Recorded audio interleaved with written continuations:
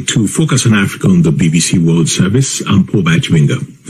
To Kenya now, where a legal team acting for the leader of the Nigerian separatist movement, the Indigenous People of Biafra, IPOB, Nnamdi Kanu, have filed a constitutional petition at the High Court in Nairobi. They want the Kenyan government held accountable for extraditing Mr. Kanu to Nigeria. The Kenyan government has denied involvement. The jailed IPOB leader is facing treason charges. Professor George Wajakoya is the lead lawyer. He told me more. We filed a petition today against the Kenyan government and various actors in this case for the unconstitutional and unlawful removal which denied our clients, which was engineered by the respondents through abduction, denial of fair administrative action, and in violation of human rights of Nnamdi Kanu. Do you have evidence? Yes, we do. How long does the Kenyan government have to respond? We are filed in court. We are serving the other respondents, and then from there we take on. It's not an issue of the Kenyan government responding. It's a judicial matter in court. Indeed, but there are a number of days within which the government needs to respond or can respond. Normally, the court has set standards, and since we have gone to a constitutional court, once we file and we serve, then the court will give us a date, which will be within a very short time, because under the certificate of agency. Certificate of agency meaning? For the matter to be heard as soon as possible. Oh, I get you. The Kenyan government has denied extraditing Nnamdi Kanu to Nigeria. Have you got evidence about it? Yes, we do. We have copies of his British passport. We have a stamp that indeed this gentleman was in Kenya. We also have evidence of his residence and apartment. We also have evidence that he was actually in Nairobi hospital on a particular day, treated by a doctor that we have his names. We also have evidence that on the material day, he went to the airport to meet a friend, and that's when he was arrested. So you're arguing he was basically kidnapped? Definitely he was kidnapped, yes. Kanu is a British national. Why are you not filing the case in the United Kingdom? First of all, that's a very good question. And that's why we are also wondering why the Kenyan government, based on the evidence that we have of his British passport, based also in the inquiries that we have made, that he renounced his Nigerian citizenship, why on earth would Kenyan government deport a British subject to Nigerian territory? That's what you want them to tell us. Does Kenya have an extradition treaty with Nigeria? They are members of our International Extradition Convention, yes, which Nigeria and Kenya are signatory. So technically they could extradite him if there was a genuine reason? Definitely, yes, but then extradition and rendition are two things. Extradition has to follow due process. You can't just pick up somebody and throw him in a plane. That is barbaric and it's forbidden. It's outlawed by international law, even by our own constitution. Now, Mr. Kanu is already in Nigeria and facing charges of criminal conspiracy, intimidation, and membership of an illegal organization. Will this development affect his case, if at all? If they're trying a Nigerian national, certainly. But if they're trying a British national, not at all. That's an abuse of due process for a Nigerian court to try a British citizen who has no connection with Nigeria. Now, are you acting on behalf of Mr. Nnamdi Kanu, or is just your own volition? I've been given instructions by his family in London and his brother in Germany, of which you have affidavits here. Are they in touch with him? How is he? We didn't want to go to that direction because there are other lawyers in Nigeria who could answer that question best. So how long do you think this matter might be resolved? It's up to the courts to put up the dates, and it's up to the respondents to respond to what we have petitioned the court for. So that is an entirely a process that is within the judiciary, and we have no control over it. Professor George Wajakoya speaking from Karen. So apart from the weight loss, nothing again what you see? Before his rendition, Nnamdi Kanu was receiving treatment for a heart condition called heart murmur. And, of course, he has an extreme form of hypertension. His medical report is a matter for public consumption through the facility of the processes we filed in that regard. He was receiving treatment in Texas, United States, back in February this year for that. And when he entered Kenya sometime in May, he also made contact with a hospital in Kenya to treat these conditions. And these conditions persist. And our thesis, our position is that the DSA's facility is a poster exemplar of what detention facilities in Nigeria are like in terms of inadequacy of medical facilities. I don't believe that DSS facility has the competence or the medical competence to take care of his medical condition, which we consider life-threatening. Okay, now we don't finish for the appearance. Many Nigerians want to know what happened inside the court during the trial. Even doctor people, journalists, we're supposed to bring out information, they don't allow some of them enter inside the court. So you fit tell us what happened for inside the courtroom before and after Nnamdi Kanu pleaded not guilty? What happened was that, it took a little while before they brought him inside. So when they brought him inside, it wasn't in chains. If you recall, on 29 June 2021, when they presented him subsequent to the rendition, he was in chains. He was in manacles, and that's unconstitutional. You shouldn't be doing that to suspects. Nigerian Constitution says you shouldn't. The Supreme Court of Nigeria said you shouldn't. So they, anyway, on 21st October, they didn't. So he wasn't in manacles. He wasn't in handcuffs. So he walked freely inside the confines of the courtroom, and he received salutations from his counsel and gathered other people who were in the court, and we had opportunity to have photo opportunities with him. We snapped pictures with him, and it was a more relaxed atmosphere from what it was the last time he wasn't presented in court. It wasn't raucous, it wasn't noisy, and only few people were, of course, allowed inside the courtroom, and I believe that had more to do with the COVID protocols. Of course, the prosecution made a presentment of the amended charges. If you recall, they had amended these charges a few days to the hearing, and again, they did another amendment, which I considered more of sua sponte on the spot. And of course, there was no opportunity that the defense has. I don't think we were given sufficient opportunity to go home and study these charges to see how our client would respond to them. But again, the judge wanted a plea to be taken, and that's exactly what happened. So a plea was taken, and I don't think that has prejudiced the challenges, the constitutional challenges we have to these charges, which will come up on the 10th of November. Okay, on Friday, the Attorney General of the Federation, the Minister of Defense to Abubakar Malami, he hold press conference on Friday, and me too, have been there here. He read plenty things where Nnamdi Kanu and the IPOB do.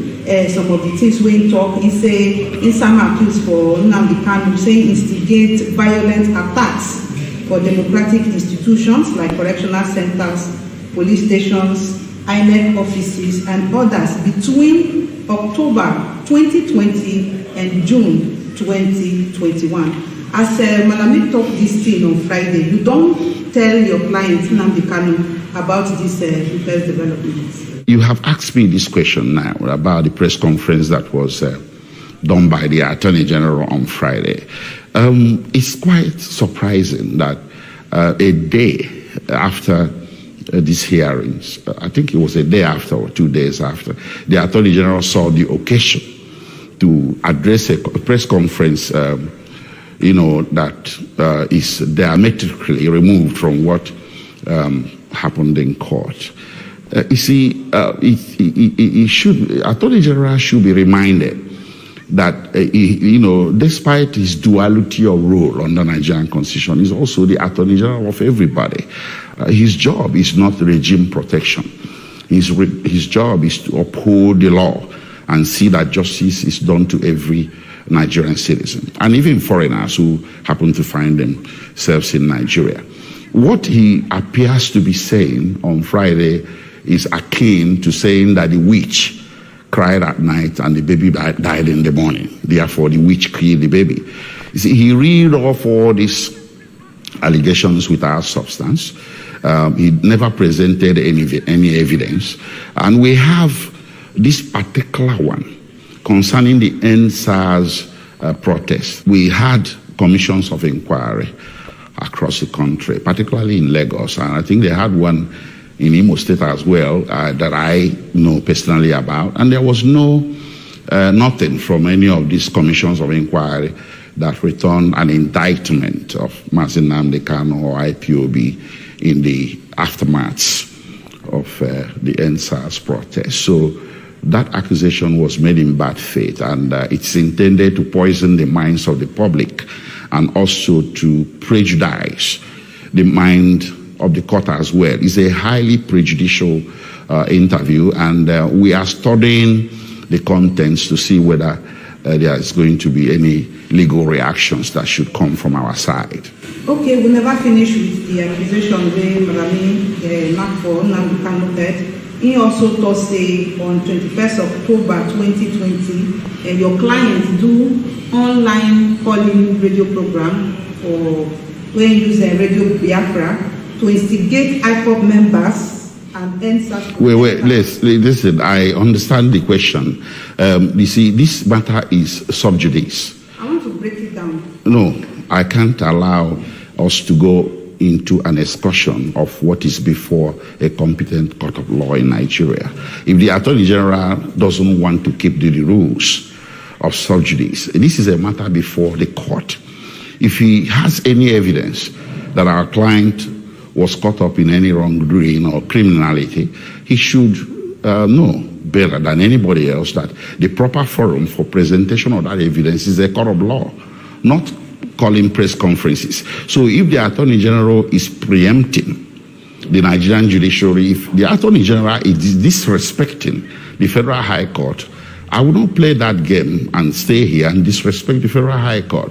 I will wait for him to come before the court with any evidence that he claims to possess so we can meet him in court toe to toe. If there was any radio program, a respected medium like BBC could have been aware of it more than my humble self. So if the Attorney General monitored any radio program, I think there was something about a radio program that was monitored in Enugu, not in Abuja. And you begin to wonder, what is Mazi Nnamdi Kanu doing facing a Federal High Court in Abuja? He should be facing a Federal High Court in Enugu. So there are just so many issues here bordering on prosecutorial misconducts of the extreme degree, and these things will be ventilated better within the confines of where we have the privilege of ventilating these things, which is the courtroom. I should not be seen to be subjecting or succumbing to these antics by the Attorney General of subjecting Mazi Nnamdi Kanu to a media trial. You said the press conference was on Friday. Today is Saturday. So I'm telling you, we are studying the contents of the press conference to see whether it is necessary for us as lawyers to join issues with him in the media or to wait for him in open court. Well, that brings me to the constitutional action that I brought on behalf of Mazi Nnamdi Kanu before the High Court of Abia State. That action, as you all know, is called Fundamental Rights Action. And same Attorney General has filed an application before the High Court of Abia State requesting for extension of time to respond. So why did he now turn around, instead of responding to the suit that I filed in Abia State or filing whatever he has before the High Court in Abuja? Now he turns around to come before the media to be spewing out all these accusations that lack substance and material evidence. So that is the question. The question, again, I'll repeat, is if the Attorney General has something that he believes to be cogent and material, he has a forum where he should present those things, and that forum is not before the Nigerian public, but before the courts of the land, which are now considering the various processes that are ongoing before them. You were responding to the accusation by the Attorney General of the Federation, when he talks, say, Nnamdi Kanu provoke IPOB members and ESM members to carry out the killings of APC chieftain Ahmed Bola and the husband to late Didi of Nnamdi daughter Akunyi, Mr. Chika Akunyi, say now him now instigate IPOB and ESM members to carry out those things. How you go react? Well, regarding these accusations by the Attorney General that Mazi Nnamdi Kanu instigated certain killings, including that of Dr. Akunyele and the APC chieftain and the others, the unrest that we have in Anambra State at this point in time. That's what I think he's referring to. I am here to tell you that we have charges in open court. The Attorney General have filed charges that don't contain these allegations. So I think the best place to address these allegations, or if he has any evidence, is the courtroom before the Federal High Court. Coming to the Nigerian public to begin to adduce new allegations that are different from what is before the court, I think is improper. Now maybe talk about within concerning this and the Anambra elections. The elections will happen November 6th. So what do you think about the democratic dispensation of your clients as it relates to the November 6th election for Anambra State?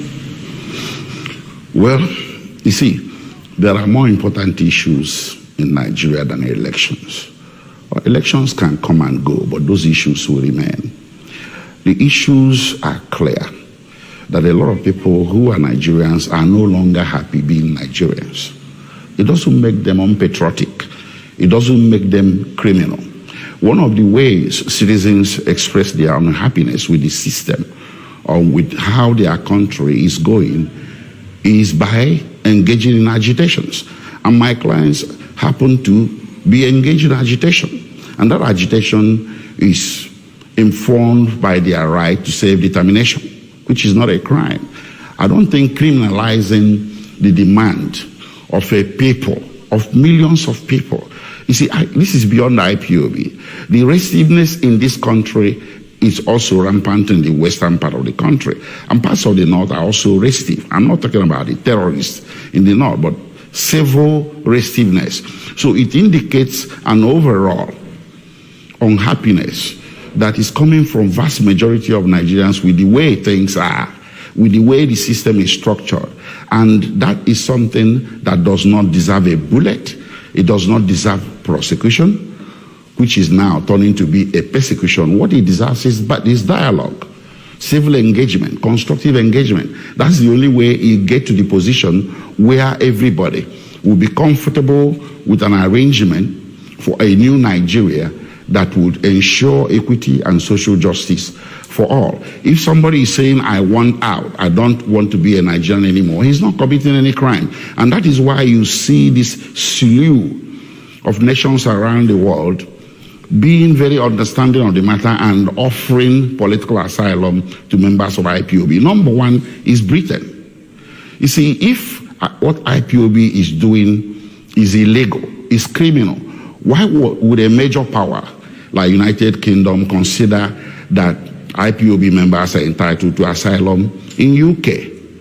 You see, the basic requirement for asylum all over the world is guided by this.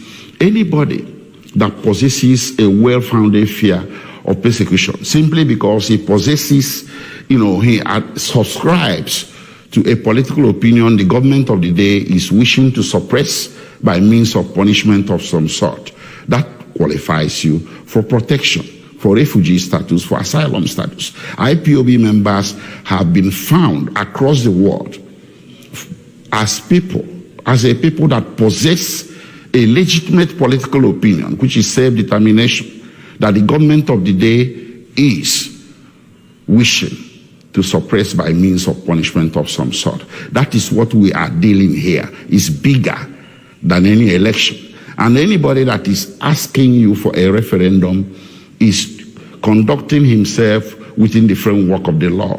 He's not asking for war. You shouldn't face him with war. Referendum is a civil demand, and it had produced very good results in the past. Within the Federation of Nigeria itself, it was a referendum that created the fourth region of Midwest. And outside of it, it was a referendum that They took western part of Cameroon from Nigeria and gave it to Cameroon, and took the former Sadana province of Cameroon and gave it to Nigeria, the present-day Adamawa and parts of Taraba states. So what we are talking about here is not a situation that requires the government to prioritize the levying of violence against the people that are not violent. Okay, now election matters we talk about. My next question will say, your client Nnamdi Kanu, you know whether he don't give any order, say make the members no vote for the upcoming election for Anambra State. You know whether he don't talk say no election will vote for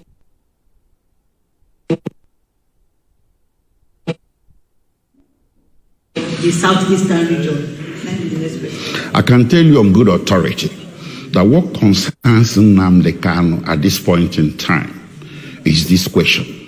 The question is that the prosecutor, the Federal Republic of Nigeria, has lost her jurisdiction, her authority to try him in court because of the extraordinary rendition. This is what he's confronting right now. Nothing compares at all. That is the most important task at hand, that someone would be subjected to such flagrant violation of international law and the municipal laws of Kenya and Nigeria, and then you think you can subject that person to trial? No, you can't. This is what concerns my client Nnamdi Kanu at this point, and that's what we are dealing with. So what did they try to say the Anambra State election no concern them at this time? What I'm trying to say is that the matter of the moment that the Nigerian public should concern itself about is what happened to him. If it's not important, I don't see why a very strong, advanced, powerful nation like United States should be filing something in Nigeria requesting for extradition of Abba Kyari to United States to answer to some criminal allegations. If that's not important, all they needed to have done is to come to Nigeria and rendition him by force. So this is a very important subject that I think Nigerian public should avert its minds to. And the second one I want to point to is the what I have seen as the reluctance of the British government to exact her diplomatic influence over this matter. Nnamdi Kanu is a dual citizen. At the very best, he's a dual citizen. As the very worst, he had publicly renounced his Nigerian citizenship. But let us assume, for purposes of this conversation, that he's a dual citizen of Nigeria and Britain. That does not justify Nigeria renditioning him in this way. Britain wouldn't have renditioned him as well. Britain has a public policy against extraordinary rendition that dates back to 1984, when Nigeria attempted to rendition Omar Odiko. It didn't succeed, but it drew countervailing and strong diplomatic responses from Britain. Britain cut diplomatic relations with Nigeria for 2 years. They arrested 17 persons, convicted 4, who served between 6 to 8 years imprisonment in UK, and they were subsequently deported. And the Nigerian aircraft that was going to be the vessel for the rendition, was interdicted in Britain. So that sort of response is what we expect could have occurred in this situation of Nnamdi Kanu. Whether it's going to occur, I don't know. I don't know what they are doing, covertly or otherwise. But we haven't seen any strong actions by the British government towards the direction of protecting the rights of their citizen, Mazi Nnamdi Kanu. The allegations still they say the sponsors of Nnamdi Kanu and IPOB, then some day Nigeria, some day abroad. How you go take react to this story where they fly up and down? Well, talking about sponsors, I think all sponsors should be named. They should start by naming the sponsors of Boko Haram, from even before the present government came to power. The sponsors of Boko Haram were well known to government. They said it themselves, even recently, that they know the sponsors of Boko Haram. Why are they not naming them? So let us have a situation where you name sponsors of everything. You don't just make a wide allegation of sponsors without naming names. Name names. You get people where their business don't scatter, they don't lose money because of all the katakata where they happen for Southeast region and even Nigeria at large. Waiting your client Nnamdi Kanu gets to tell this Nigeria. You see, this what is going on here, which I don't want the media to be hoodwinked into playing a part, is this trial by ordeal. Nnamdi Kanu here, Nnamdi Kanu there. What about ISWAP, Islamic State in West African Peninsula, that now possesses a weapon that threatens civil aviation in this country? There have been media reports recently, credible media reports, that Nigerian security or Nigerian government had to pay certain humongous amount of money to retrieve a projectile or some kind of a missile possessed by the terrorists that could down any civil aircraft in this country, including that of the president. And we're here thinking Nnamdi Kanu is the problem of this country. Nnamdi Kanu is the solution to the problems of this country. I can tell you that on good authority. Anybody that listens to him very well and keeps an open mind will be seeing him spewing solutions, not problems. The problems of this country are bigger than what we are talking about. So making him the poster boy for all the problems of the country is the most unfortunate thing that has happened in recent times. It is trial by ordeal. If you want to solve the problem of this country, you start from the head. The fish rots from the head, and we know where the head of this country lies. Then when you get past that, you go to the real terrorists, Boko Haram, ISWAP, the militants, which the entire world have gathered together and declared the terrorists. How can Nigeria be isolated in her declaration of IPOB as a terrorist organization and no single nation in the world has fallen in line to do the same thing? It's a very, very topical question that should be put out there. People should think about it. Instead, countries all over the world are doing the opposite. They are saying IPOB is not a terrorist organization. That means Mazi Nnamdi Kanu is not a terrorist. So this prioritization of Mazi Nnamdi Kanu as the singular problem this nation is facing is one of the pointers to what is structurally wrong with this country, Nigeria of the present era. It is wrong. It shouldn't happen. So if you be Nnamdi Kanu na no dey here, but we dey see you now as Nnamdi Kanu mouthpiece, wetin you go tell Nigerians wey don suffer one loss or the other? How you go take comfort them? Well, the comfort is given to Nigerians is very simple. Tell your government to listen to voice of reason. That's how he puts it. And that voice of reason is to conduct a referendum. That's what he's been saying all along. Nothing else. And that very position he has taken root, not only in Igbo land, in Southeast. He has supporters, millions of supporters across South. And is also garnering supporters in middle Nigeria and even up in the north. Nnamdi Kanu is the voice of the downtrodden. Anybody, in fact, he represents, the voice of justice.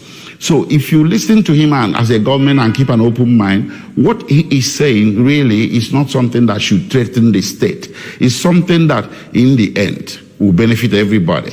So it's not something you levy a war of attrition against, whether it's a judicial or prosecutorial war or military war. It's something that you call him to the table and engage him constructively and ask him questions. How do we get to saying yes?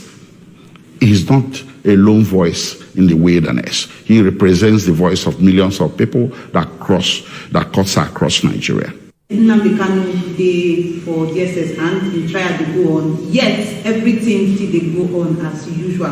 Which people where they support Nnamdi Kanu for Nigeria? Where they dey? It's very business when they do, where we say even as if they for DSS and things still dey go on. It's a very good question. If by everything that is going on, you mean the civil seat at home, the overwhelming success of the civil seat at home, if that's what you mean by everything that has been going on while he's being detained, that underscores that he's in charge. That underscores his popularity. That underscores his influence and reach. And that underscores the legitimacy of what he demands. He's in incarceration. He's incarcerated. But look at what is going on. People are sitting at home on their own, voluntarily, civilly. And you want to ignore that? And you think you can subdue it by what? The only way you can deal with that is to talk about it. My last question for you. Still that Thursday, I hear as in supporters wey come court after they sing, they happy as everything they go on for court. They still talk say that election, November 6th, say they no go. Why then they talk like that? Well, them still talk say, me, I they still the talker. The most important things in this country are not being talked about.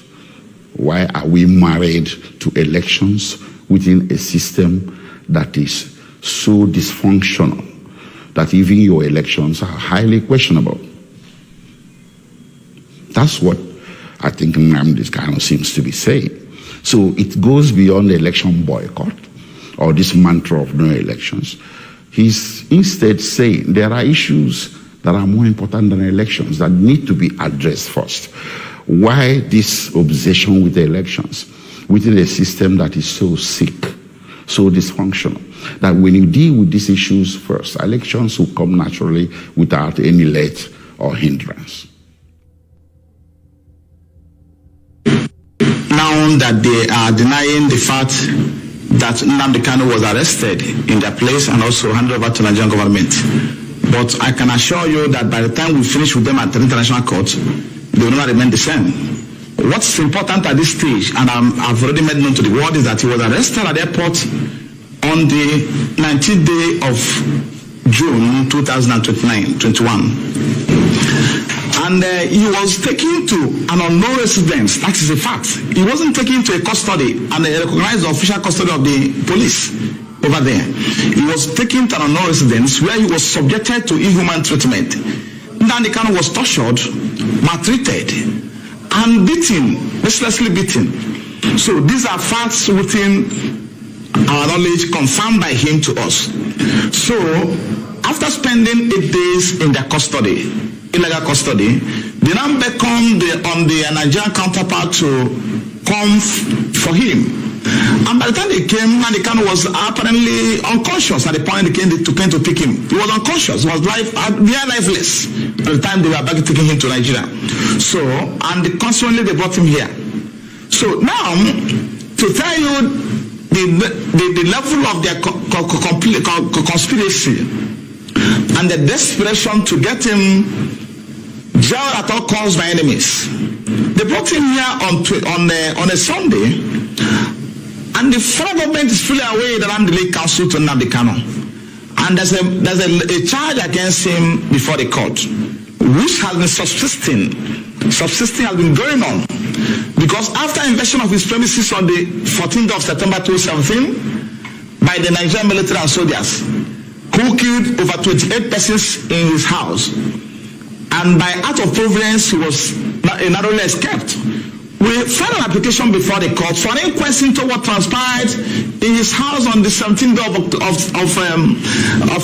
of September 2017 for court to inquire as to what happened in his house, what led to disappearance. And we are still in this process because that is fundamental. This is a person that has expressed to the world that he is ready to come for his trial on October 14th, 2017. He wasn't planning to leave the country. He wasn't planning to run away from the trial. He was ready to come for the trial on October 14th. The matter was stated for commencement of trial. Then on September 17th, his house was invaded. So to tell you that the government was not ready at the time to prosecute him, because They have no evidence to establish even the charge preferred against him to even date. So they went after his life.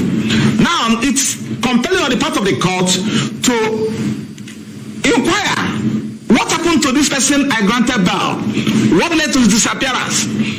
Then surprisingly, on the 28th of March 2019, when the matter came up for shorties to show cause why they will not be committed for consent, why they were unable to produce Nnamdi Kanu. That was the proceedings of that day. The court gave an order revoking his bail. Then we said no, because the court should be bound by his records. We said no, and we filed an application to get that vacated. Since 2019 to date, the matter had severally come up before the court, the same court, and the court was not inclined to hear this application to vacate the order.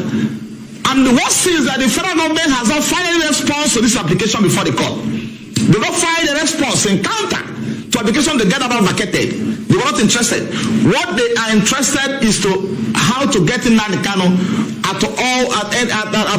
all means available to them.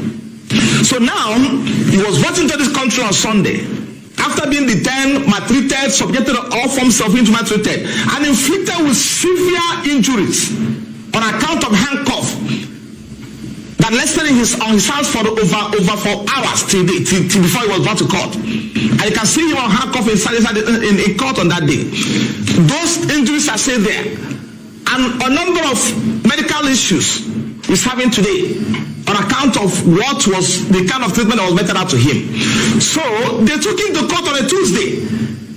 Labaran, who is the counsel that was in court on that day representing federal government, is fully aware that the Sifai Ejiofor is the lead counsel in this matter. And I've been in court with him in all cases affecting Nnamdi Kanu and IPOB. He never extended the courtesy of informing me that that my client was arrested, was abducted, because in this case he wasn't arrested. So the one who got to that bridge will cross it. He was abducted and kidnapped from Kenya and brought into this country. So now he didn't feel it confident. He didn't feel confident or didn't appropriate to inform me that my client was arrested and being brought to court on Tuesday. So that shows there's a collaboration between the government in question, as we stand today, and the people who are appearing before them. Because if at all there was any element of iota of transparency in what they're doing, is compelling on the part of the AG, not the lawyer representing the election, to inform me that they are coming to court on Tuesday, so I can come to court and see my client. I don't know what happened, and this is quite what happened.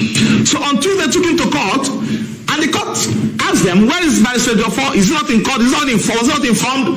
They said no. They said him and brought him to Abuja on Sunday, and he's court today. So now there's an underlying fact that my client will not get fair trial in that court. That's settled. The issue of fair trial has been taken away by this collaboration. But we keep on watching. We are going to see them in court. So that is what happened as of today. I've seen him, and he has given me every information and detail about what transpired in Kenya, how he was arrested, how he was taken to a non-destination, and how he was maltreated, how they nearly killed him over there. And it's obviously from what he told me that it was at the behest of the federal government that they were doing those things. So until when they beckon on them to come, these are against an obvious infraction to all international laws and treaties. So, but at that level, we're addressing it. We're going to address an international court at that level. So, I'm letting you concern myself what's happening in the country. So, it's obvious from every indication that my client will not get a fair trial in this court. Obvious. Until when the contract is established. And now, Nnamdi Kanu was mandate in prison custody. Let me underline this fact. Long before he was granted bail, he spent over 2 years in custody before he was granted bail. The court itself is aware that he was in prison custody before he was granted bail. And at the point he was in prison custody, Nnamdi Kanu never at any point in time made any effort to leave the prison without the judicial process. Now, they remanded him in DSL custody, where they made it near impossible for his relatives. He's under a debilitating health situation. He has a medical condition that needs to be addressed as quick as possible. Because it's only a living that can face trial. So this I can stop at this time. You will recall that on the day he was taken to court, that was last week Tuesday, Nnamdi Kanu was allowed to address the court because I was not in court. I was not in court. So that enough shows you that's the problem. Nnamdi Kanu is not a lawyer. And he has no competent to address the court. He must address the court. Because if needful was done, I would have been in court to address the court. And also apply to the court that he should be remanded in prison custody. So that is a clear violation of his constitutional right to a fair trial. So because I was not in court, he was allowed to address the court. So that shows you that is more to it than meet the eyes. Because Labaran has my number. The office of AG has my number. They have simply put on a call across to me that they've abducted, whatever they call it, they transfer it as my client somewhere in Kenya and brought him to here. And I take him to court on Tuesday to continue trial. Then I'll be in court on Tuesday. And also convince the court on the reason why he should be sent to prison, to correctional center. But in this case, the court allow him, which is abnormal, which is unethical, allow him to address the court. Why should court be asking him why you don't know when I'm not there? We have an application before the court which contains his affidavit on oath, deposed before a commissioner for oath in Israel, stating the facts of what transpired in his house on September 14, 2017. How he nearly escaped death.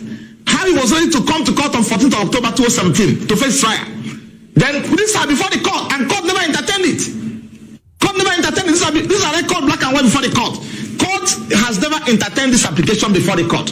So I will be claiming the court or at any adjournment for the court to hear it. Because it's fundamental to his fair trial, to the right. The court will hear and understand what transpired in his house. That's very fundamental. Then the court is now allowed to address the court on these facts, which are already before the court. So that's area why I'm entertaining fear that he will be granted a fair trial in this court. So now, coming to what's happening in court, the matter has now been adjourned to 6th of October, to 6th of July. Let it be clear to everybody. You never jump bell. Because if the federal government was serious about prosecuting Nnamdi Kanu, if they're serious about prosecuting him, they will allow him to come to court on September 14th, 2017, October 14th, 2017, to face his trial. Are you telling me that soldiers that invaded Nnamdi Kanu province are not from Abuja? Are they acting where they acted under the instruction of someone in Abia State? The answer is no. They came from Abuja, they have the instruction of the federal government to go to his house. So and they are fully aware that Nnamdi Kanu was scheduled to be in court on October 14th. And in one of his broadcasts prior to the invasion of his premises, he told the world that he's coming to court to over 1 million members of IPOB. He informed before the court told the world. So why did they allow him, if they have any case against him, to come to the court on October 14th? Probably at the end of the proceedings, they will arrest him. So he never jumped down. This is a person, okay, assuming without considering to the fact that they succeeded in killing him on 14th of October, on September 14th, when they invaded his premises, will we be talking about his trial today or not? The answer is no. Because it's only a living that can face fire, and nothing more. If he was abducted, they succeeded in abducting him on that day they invaded his premises and killed over 28 persons, civilians or uncivilians. Then we should be talking about what they're saying today. So, but by act of providence, he will never escape being killed. So these are people who are fully aware that he was scheduled to be in court on October 14th for the trial. And in Abuja here. So why can't you wait for him to come to court if there are any case against him? So, and we have supplied the court these facts. We have supplied the court circumstances that led to his disappearance from court. We have informed the court and convincingly that Nnamdi Kanu was ready to start his trial. But for the fact that his life is under threat. So the court is under compelling obligation to listen to the applications before him. Let me say this to you, because it's important for us to inform you appropriately. And whatever I'm saying to you today, I will furnish you with documents to that effect, black and white. Before the date slated for his trial, the federal government, acting to the Attorney General of Federation, filed an application to vacate his bail, to vacate his bail, right? On the premise that he has violated his bail condition. This application was filed in black and white and served on me. And I responded to that application because it's a matter for court to decide We cannot at this stage, at that point in time, or probably during that period, determine when Nnamdi Kanu violates his bail condition or not. And also, I want you to appreciate the fact that I filed an application to validate their bail condition before they file their own. So this is a pending application before the court. The court to hear my application to validate his bail condition, hear the one filed by the federal government that he has violated the bail condition, and also hear the one I filed in reply to what the federal government filed, stating that Nnamdi Kanu never violated his bail condition. So they're supposed to hear those applications. It's under a duty to hear that application and make decisions in the course of this discourse. First of all, there was a clear collaboration between the Kenyan government and Nigerian government. I'm happy now that they are denying the fact that Nnamdi Kanu was arrested in their place and also handed over to Nigerian government. But I can assure you that by the time we finish with them at the international court, they will not remain the same. What's important at this stage, and I've already made known to the world, is that he was arrested at the airport on the... Onye buru Nnamdi nọ na be ha ogboyebu Nwachukwu ogboyebu onye ga-eri ya ogboyebu onye hụrụ Nnamdi nọ na be ha ogboyebu onye ga-eri ya ogboyebu onye ga-eri ya ogboyebu onye ga-eri ya asịm onye ga-eri ya asịm onye ga-eri ya asịm onye ga-eri ya ogboyebu onye ga-eri ya Chika ya ga-eri ya asị m onye ga-eri ya onye bugwana ya asị m onye bugwana ya asị m onye bugwana ya asị m onye bugwana ya asị m onye ga-eri ya onye ga-eri ya Nnamdi bụ Nwachukwu asị m onye ga-eri ya onye bụ Nwachukwu onye bụ Nwachukwu Nnamdi bụ nwanne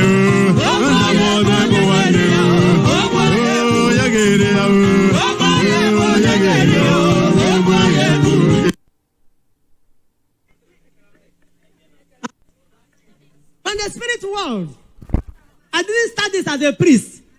I started this as a kindergarten. My mother is still alive. Go and ask her about this person here. So those who don't know me are talking rubbish. It's from a book. My father is not a native doctor. He died a Catholic and a Christian. 2 bishops buried him. My father's father was not a native doctor either.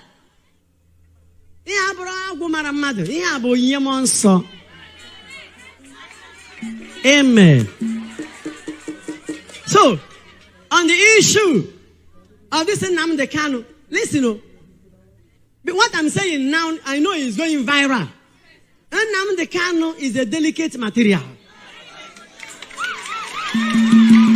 Let the federal government handle him with care.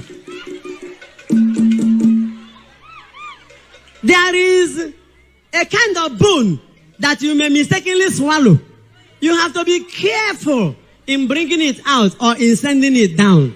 No, problem. If you want to swallow it, problem. If you want to vomit it, wahala. That is Nnamdi Kanu for you.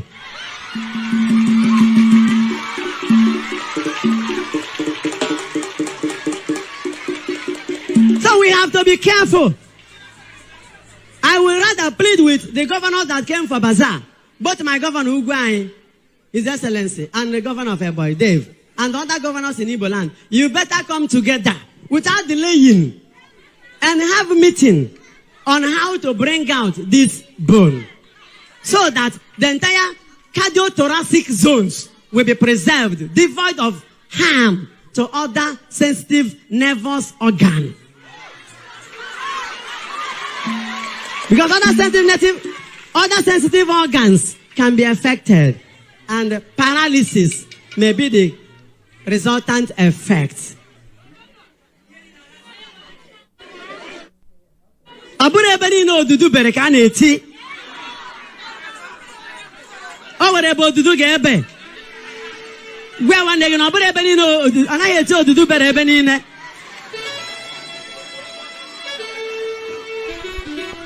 Maka were ebe ị ga-eti imebie ihe.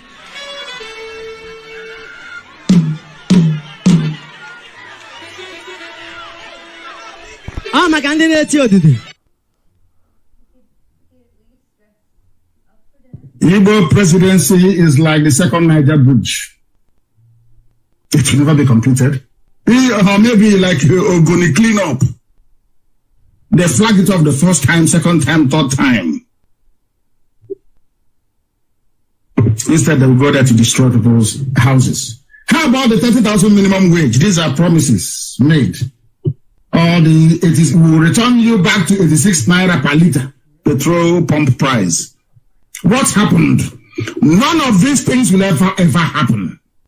Igbo presidency is a dream. It's what you tell a woman around 8, 9, 30 in the evening. By 5, you change. 5, 6 in the morning, you start saying something completely different. That's how it is. It's to seduce you. So you stop supporting IPOB, you stop supporting Biafra, you start thinking about the contracts you will get when an Igbo man from your village or from your town is there. Because they know that you will always reason like a very foolish African man or woman, as the case may be. These are preview schemes. Second Niger bridge. We're going to clean up. Igbo presidency. Minimum wage. Enugu Igbo expressway. We will do this, we will do that. Airport in, what's the place? I said we'll build an airport in Agulade. Airport in Lepanende. With Chinese investors, they will build a new city in Agulade. Whereas the one in Asaba cannot, Boeing 747 cannot land there. They said it's too small. There's no drainage. Everything is not working. Where is not working? But they plan to. Have you forgotten that Stella Odua promised us that she will build, what's it called, an aircraft maintenance hangar somewhere in Obara?